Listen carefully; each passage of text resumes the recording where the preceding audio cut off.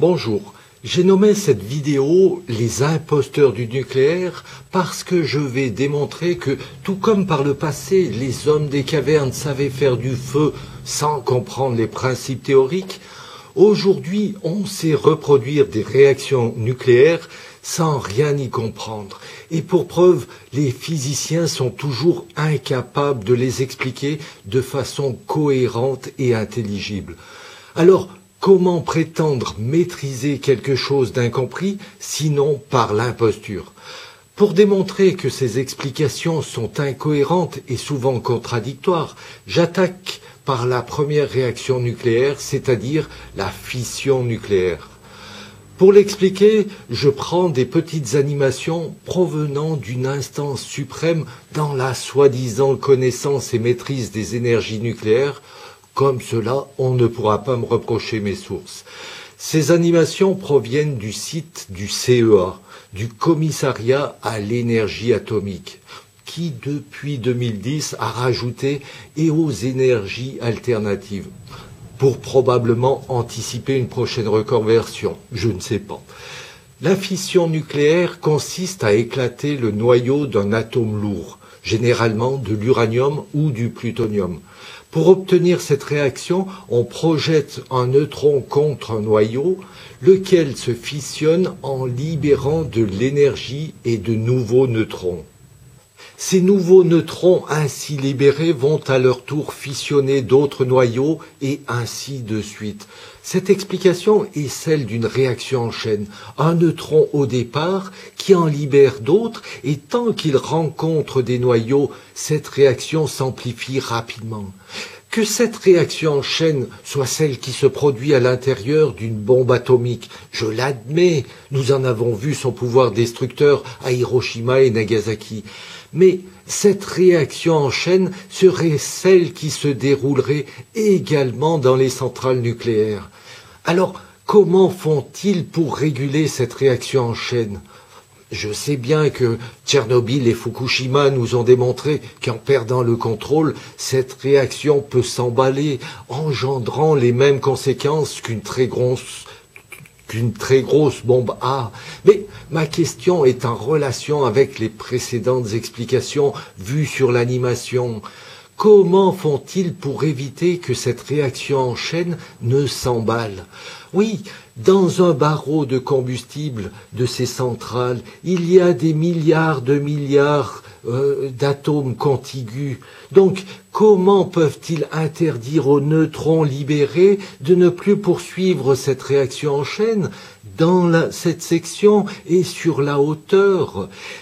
Il y a bien cette petite animation avec Pac-Man qui vient croquer les neutrons. Évidemment, c'est une image pour les enfants, les considérant assez stupides pour ne jamais poser la question sur l'origine de ce croqueur de neutrons. Mais plus sérieusement, les physiciens nous disent qu'ils procèdent à la thermalisation des neutrons au travers d'un modérateur.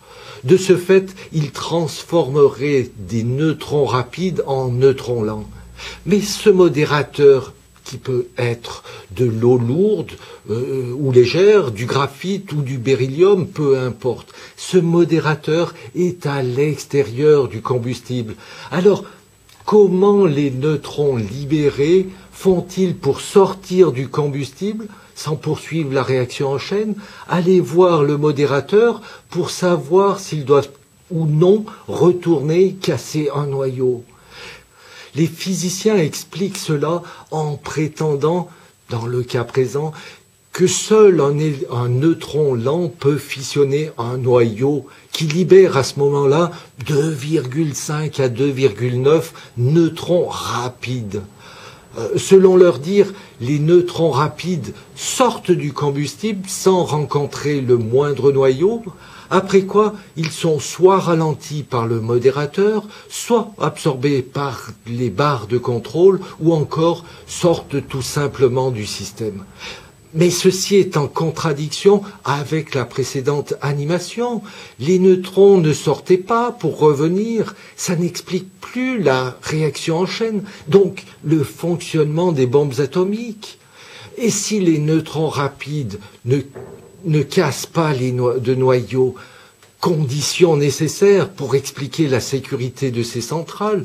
Donc, si les neutrons rapides n'interviennent pas dans la fission, alors pourquoi avoir fait des centrales à neutrons rapides, centrales sans modérateur, celles de 4e génération?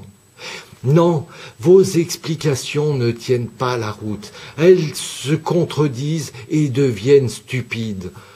Pour montrer cette stupidité, je symbolise une de vos affirmations par cet exemple. Comment expliqueriez-vous qu'une boule de billard qui vient percuter le paquet de billes avec une certaine vitesse arrive à en éjecter 2,5 à 2,9 à une vitesse 9 fois plus grande?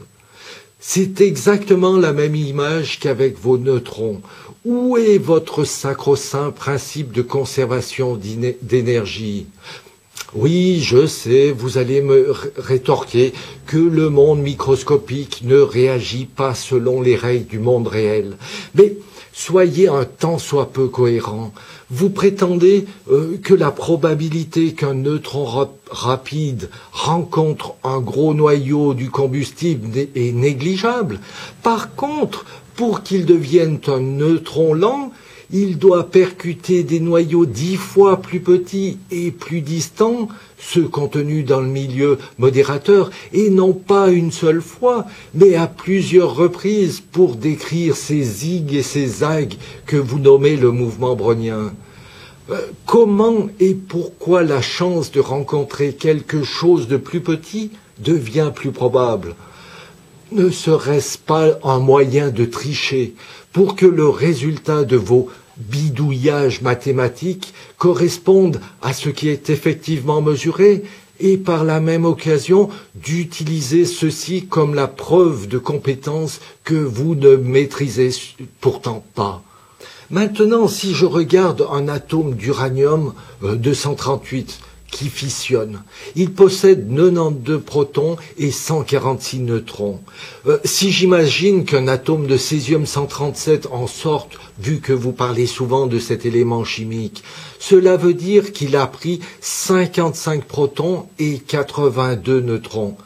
Outre le fait que ce soit assez surprenant qu'après une collision, une telle répartition en nombre se retrouve si fréquemment, ce sont les mystères des probabilités. Mais quels que soient les sous-éléments obtenus, il y a toujours un nombre de neutrons excédentaires. Que font-ils? Où vont-ils? Se transmutent-ils en protons? Forment-ils des isotopes de l'hydrogène, du deutérium ou du tritium? Tous ces sous-produits de fission moins denses ne devraient-ils pas occuper un plus grand volume? Qui plus est, dans le circuit primaire, le circuit étanche qui doit protéger de la radioactivité. Qu'en faites-vous alors? N'êtes-vous pas contraint de faire des dégazages crapuleux, comme l'avoue sans la moindre gêne l'ancien directeur de la centrale nucléaire de Luçon lors d'un reportage de la télévision suisse romande que je vous laisse voir. Les isotopes radioactifs ont été relevés depuis ce matin. L'Office fédéral de la santé publique effectue des prélèvements. Fermée en 1969, suite à la fonte de son réacteur, la centrale a été décontaminée. Mais tous les restes de radioactivité n'ont pas pu être éliminés. La situation actuelle était donc tout à fait prévisible selon l'ancien directeur de la centrale. L'accident a relâché des vapeurs d'eau lourde qui contiennent du tritium. Il fallait les relâcher quelque part. C'était soit dans le rocher, soit à la cheminée. Et on a choisi le plus rapidement possible de dépressuriser, de relâcher à la cheminée, mais néanmoins, à un faible instant, on a relâché dans le rocher et on a demandé aux géologues qui nous ont dit oui, ça pourrait ressortir dans 50 ans, dans 80 ans. Oui, vous cachez des agissements honteux parce que vous ne savez pas ce que vous faites. Vous ne pouvez pas deviner les réels phénomènes qui se déroulent lors de ces réactions parce que les bases fondamentales de la physique nucléaire reposent sur des hypothèses fausses. Votre modèle de l'atome est faux et vous ne cherchez plus à comprendre la réalité de la nature, mais ce que laisse imaginer ce monde virtuel des probabilités. Vos relations mathématiques ne sont pas la preuve de votre compétence, mais tout juste une certaine faculté à prédire une observation future parce que vos relations sont issues d'observations faites au préalable. Ce n'est pas la démarche logique du scientifique et la confusion entre l'action et l'accélération que j'évoque dans une autre vidéo en est la démonstration magistrale. Preuve que je ne nie pas l'importance des maths, je les remets simplement à leur juste place.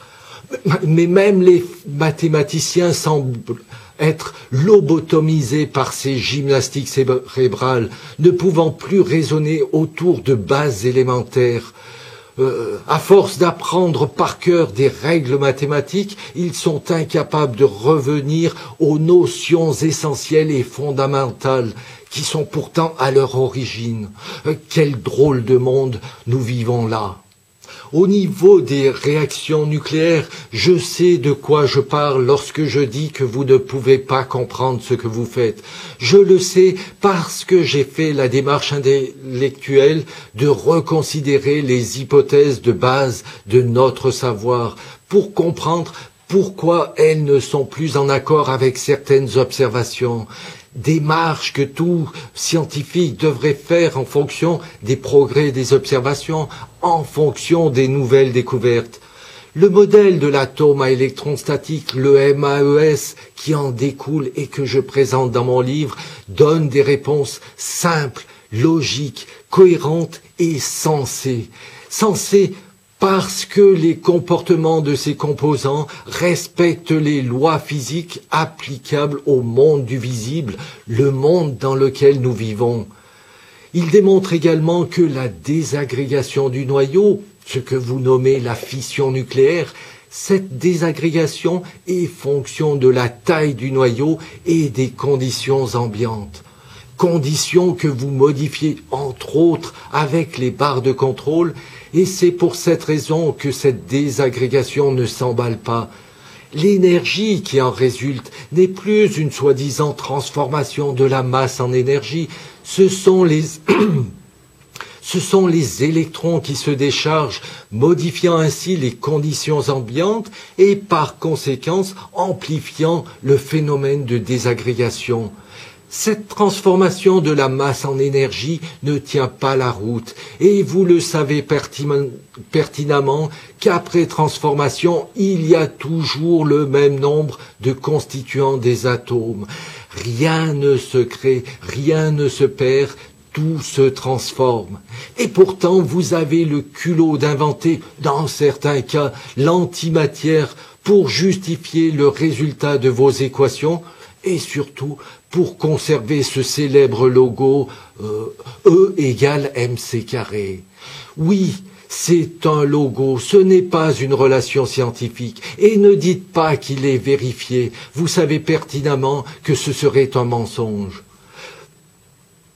Cette désagrégation qui se produit dans les centrales n'est pas exactement le phénomène qui se déroule dans une bombe A.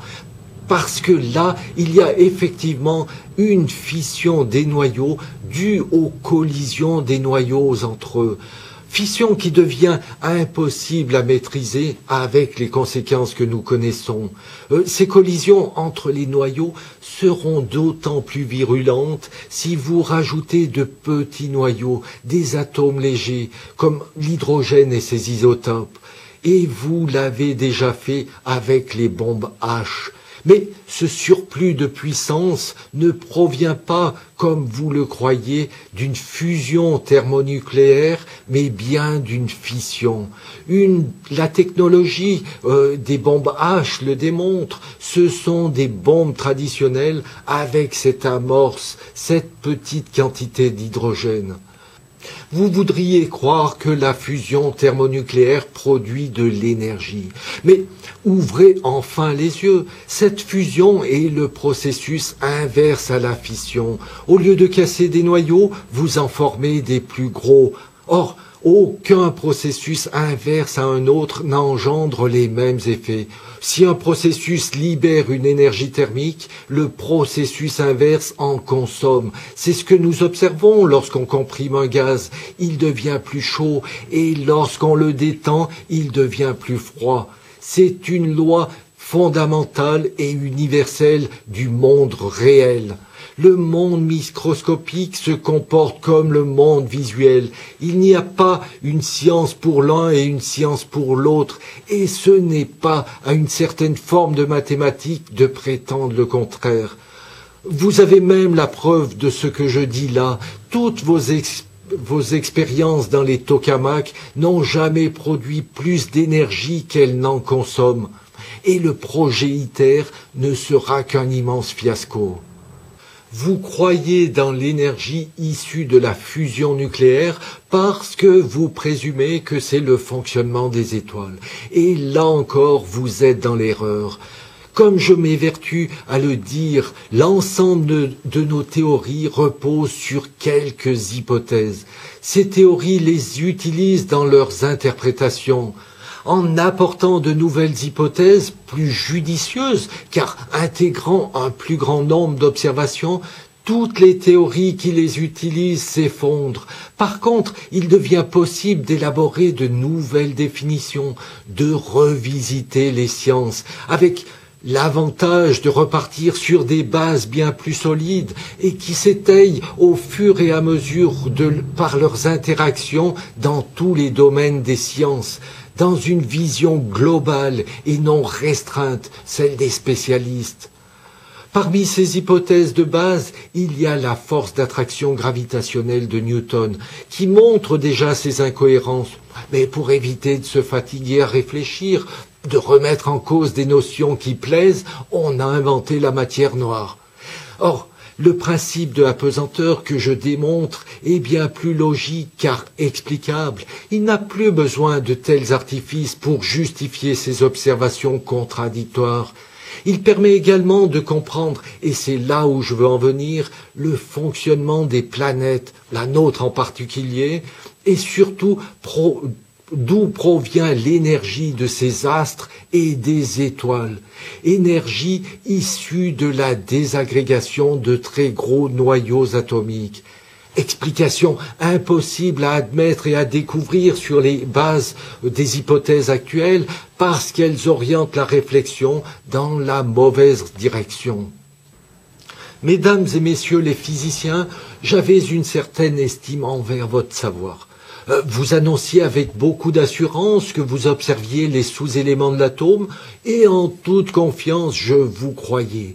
Malheureusement, je sais que vous ne voyez rien, mais que vous interprétez des images sur la base de votre modèle atomique et qu'en changeant ce modèle, ces mêmes images donnent des explications plus sensées et qui valident par la même occasion ce nouveau modèle.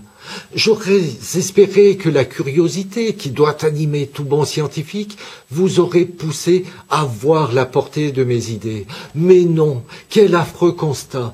Vous êtes endoctriné dans un monde où vos recherches ne vont plus dans la direction d'une meilleure connaissance scientifique de la matière, mais en direction de fonds pour financer vos occupations. Votre attitude est détestable, et malgré vos insultes, malgré votre dénigrement, et malgré vos coups bas, je vous comprends. Je vous comprends parce que vous n'êtes pas serein. Vous savez que vos théories de briques et de broc, vos théories incompréhensibles et absurdes ne survivent que tant que les gens crédules voueront une confiance aveugle dans toutes vos allégations. Vous avez besoin de cette crédulité parce que ce sont eux qui vous financent par leurs impôts. Vous avez parfaitement cloisonné vos démences en interdisant toute forme de dissidence par une soi-disant méthode scientifique et en instaurant l'enseignement de l'Inquisition. En instaurant l'enseignement de la modération scientifique. Excusez ce lapsus révélateur.